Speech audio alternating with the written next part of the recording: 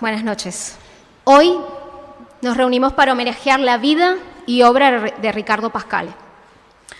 Debo confesar que no lo conocí en persona. Sé que en esta sala están presentes quienes fueran sus amigos, alumnos, compañeros de trabajo, colegas. Por eso quiero, con mucho respeto, contarles cómo lo conocí, a través de otras personas y a través de su obra. En diciembre de 2024, hace poco, participé de dos actividades muy distintas entre sí. Una de emprendimiento, donde se encontraba un representante del Instituto Pasteur, quien habló sobre Ricardo, cómo él había aportado su visión disruptiva al instituto. Y también, al día siguiente, asistí a la inauguración de una sala en honor de Ricardo Pascale, en el Museo Figari, en la actividad de Museos en la Noche. Y ahí, en esa actividad, hablaron no menos de 4 personas, todas distintas, economistas, personas de la cultura, del arte, de la educación, y todas se refirieron a él como un economista, como un artista plástico, como un intelectual, como un profesor y como un amigo. De repente, en ese momento, mientras escuchaba a estas personas, sentí que le conocía, que conocía a Ricardo. Pero también, de repente, en ese momento, quise ser su amiga. Y también me generó la curiosidad sobre qué pensaba que era necesario, qué pensaba él que era necesario para mejorar este pedacito en el mundo que nos tocó por hogar, que es Uruguay. Entonces quise tratar de definirlo, tratar de saber quién era este hombre que atravesó a toda la sociedad, desde la educación, la economía, la cultura, el arte. ¿Quién era Ricardo Pascale? Si nosotros nos ponemos a hacer una búsqueda en Google y ponemos quién era Ricardo Pascale, quién fue Ricardo Pascale, te va a salir. Ricardo Pascale Cavalieri nace en Montevideo el 29 de agosto de 1942. Fue un economista, profesor y escultor uruguayo. Presidente del Banco Central del Uruguay en 1985 a 1990 y 1995 a 1996. Era doctor en Sociedad de la Información y del Conocimiento por la Universidad Abierta de Cataluña en 2007. Con estudios postdoctorales en finanzas de la Universidad de California en Los Ángeles. Hoy, en esta sala, en esta hora, les invito a ir más allá. Porque Ricardo fue ese adolescente de 13 años que ya empezaba a mostrar interés por el dibujo, que desarrolló estudios de artes visuales y no se conformó con ello, porque pasó de la acuarela, el óleo, a grandes esculturas, a crear grandes esculturas. Siempre explorando tendencias, desde el barroco, renacimiento, viajando por el mundo para conocer y aprender de maestros de diferentes latitudes. Siendo un alumno muy aplicado. Y cuando tuvo la oportunidad, dio un paso más. Bajo su presidencia en el Banco Central de Uruguay y por sugerencia de Jorge Abodán Sase, crea el Premio Pedro Figare en Artes Visuales y comienza la creación de una pinacoteca, una de las colecciones más importantes de arte contemporáneo uruguayo.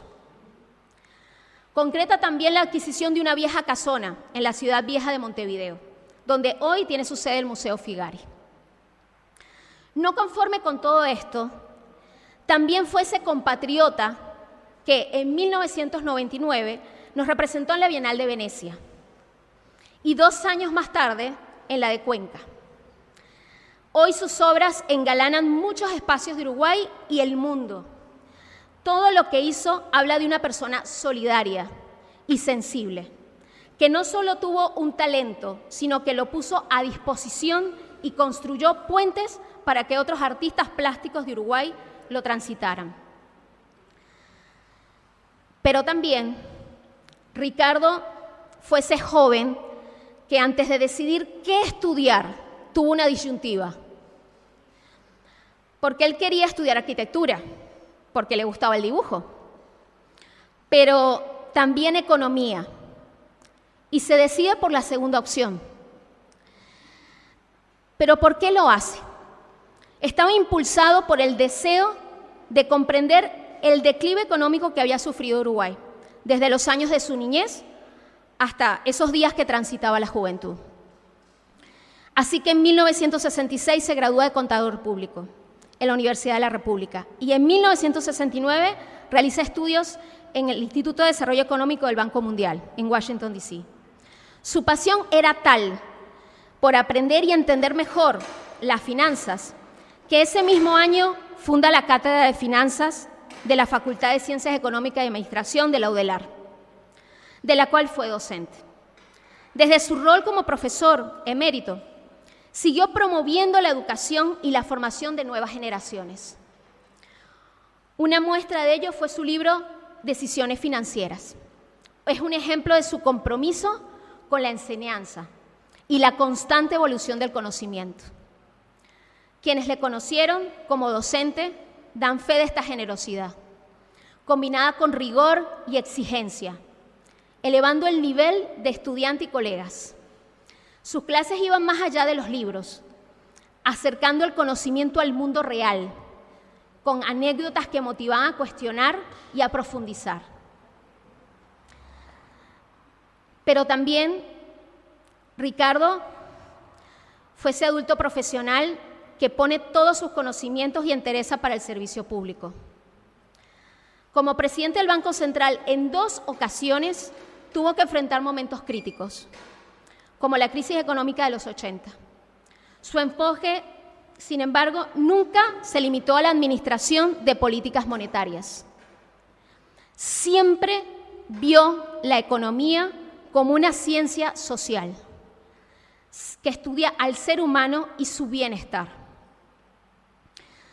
Tal vez por esto trabajaba mucho en crear instancias de reflexión y educativas para formar a profesionales que pueden dar soluciones a materias en economía para nuestro país. Pensando en la gente como centro, siempre. Instruyéndose para dar más. Es ahí cuando también, en esa hambre por aprender y entender el mundo para traerlo a Uruguay, realiza un doctorado en Sociedad de la Información y del Conocimiento, y reflexiona sobre esto y nos invita a hacerlo en las diferentes intervenciones que hace en prensa, artículos y libros, y lo que hacía la sociedad del conocimiento. Nos trae este concepto para que reflexionemos sobre ello. Él tenía la convicción de que ese era el camino para comenzar a cerrar la brecha que nos separa del mundo desarrollado. Ricardo, en su etapa más adulta, siguió insistiendo, creando, repensando. Un ejemplo de vida que siempre nos llama a la acción. En sus últimos días, entre nosotros, iba a participar de una charla sobre futuro económico. Y un mes antes había inaugurado la exposición Leibniz saltando a la cuerda, de la cual pude disfrutar en el Museo Nacional de Artes Visuales. Para cerrar, quiero agregar algo más. Después de escucharle a él en sus diferentes alocuciones, que las podemos conseguir en internet, pero también escuchar a otros hablar sobre él, me permito, así como de atrevida, que no lo conocí en persona, a definir a Ricardo Pascale. Y lo defino como un humanista, porque era una persona que siempre estaba en la búsqueda del saber, explorando siempre hallar un camino hacia la libertad de las personas, ya sea a través de sus obras o de la generación de conocimiento para ello.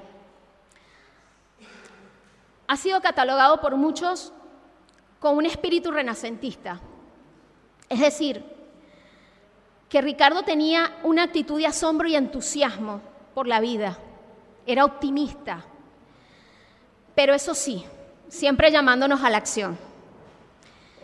a la búsqueda de más oportunidades para los uruguayos, dejándonos para ello un gran legado escrito. Ricardo fue un ciudadano ilustre, que puso todo su servicio, su ser, al servicio público y a la construcción de un mejor país, que no termina con su fallecimiento, porque nos dejó mucho para seguir ese camino. Por eso ahora les vamos a compartir un video que contiene escasos segundos, tal vez un minuto,